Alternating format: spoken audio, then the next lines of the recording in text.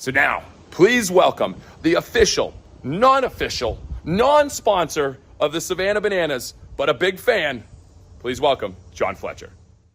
Well, thank you, my friend Jesse Cole, owner of the Savannah Bananas, and welcome to a special edition of 15 on Fridays with Fletch.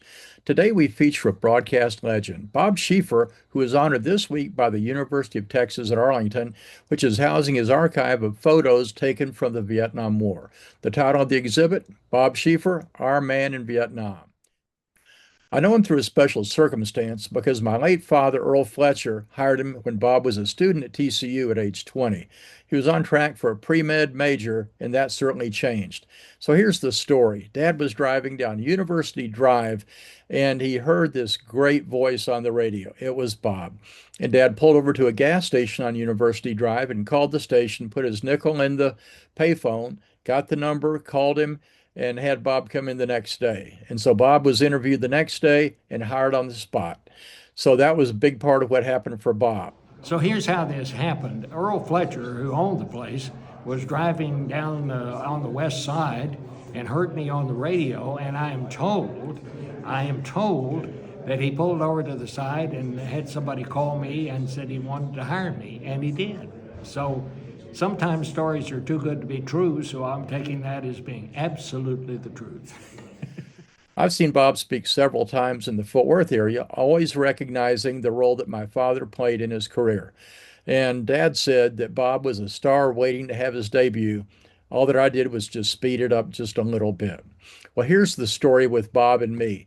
So I was in Washington, D.C. because I was receiving the Better Business Bureau's Torch Award for Marketplace Ethics for my company, Fletcher Communications in Waco.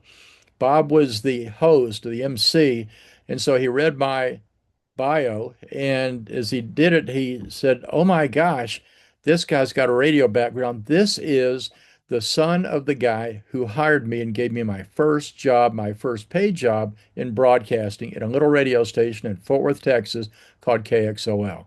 It was a very special moment. At KXOL, he drove a panel truck equipped with police radio.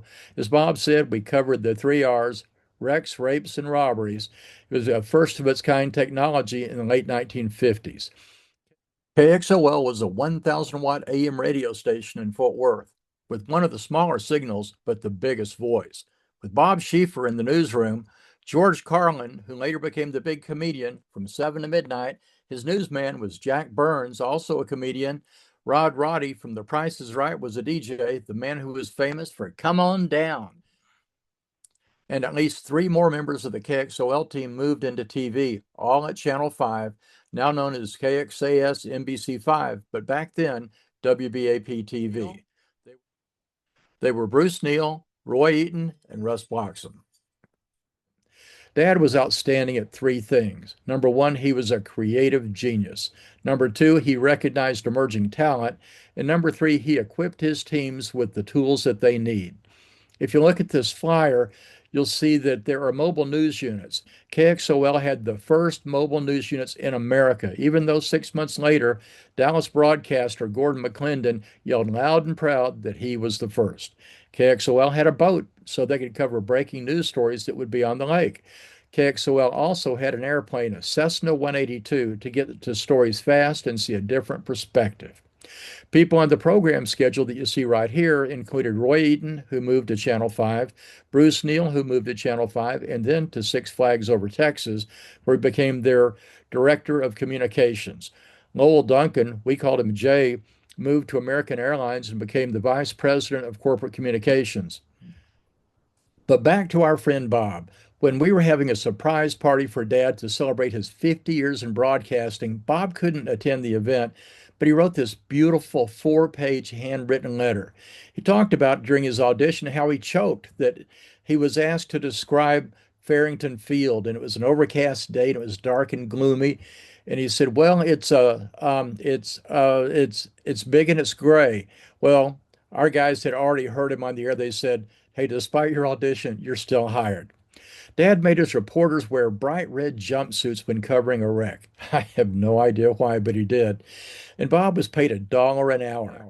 Now, Dad had a strange overtime program where Bob lost 10 cents per hour for overtime. So if he worked 11 hours of overtime, he was actually paying the station 10 cents to work that extra hour. Bob did work 44 hours a week during most of the time. Also, on the air, he used the name Bob Schieffer because my mom didn't like the sound of the name Schieffer. At the close of his letter, Bob referenced the name Schieffer and wrote, "But don't worry, boss, they like the name Schieffer just fine now in the nation's capital." I caught up with Bob on Monday evening, February 9th, at UT Arlington's dedication of his exhibit. Click on this link to watch Bob's interview on KTVT CBS 11. And what an impressive career. 47 years at CBS News, 24 years moderating Face the Nation, 8 Emmy Awards. The Library of Congress designated him a living legend. He authored 5 books. He moderated 3 presidential debates where he said the secret is making it about them and not about the moderator. He also interviewed every president since Richard Nixon. He's a lifelong artist, and he presented his first solo art show at the American College of Communications in his honor. Check out Bob's story about what happened on November 22nd, 1963, when he was working the news desk at the Star-Telegram when he received a call from Lee Harvey Oswald's mother. And click here to watch the CBS 11 interview with Bob about covering the Vietnam War and how he brought hope and tears of joy to many of our fighting men in Vietnam. I'm thankful that Bob Schieffer, formerly known as Bob Schieffer on KXOL, has such fond memories of my dad at KXOL, the Fort Worth radio station that launched his broadcasting career. Please join me again next Friday for 15 on Fridays with Fletch, with the retired 3-star general who set the record for the most combat flights over Vietnam, my TCU fraternity brother, Rick Tex Brown. We'll see you then.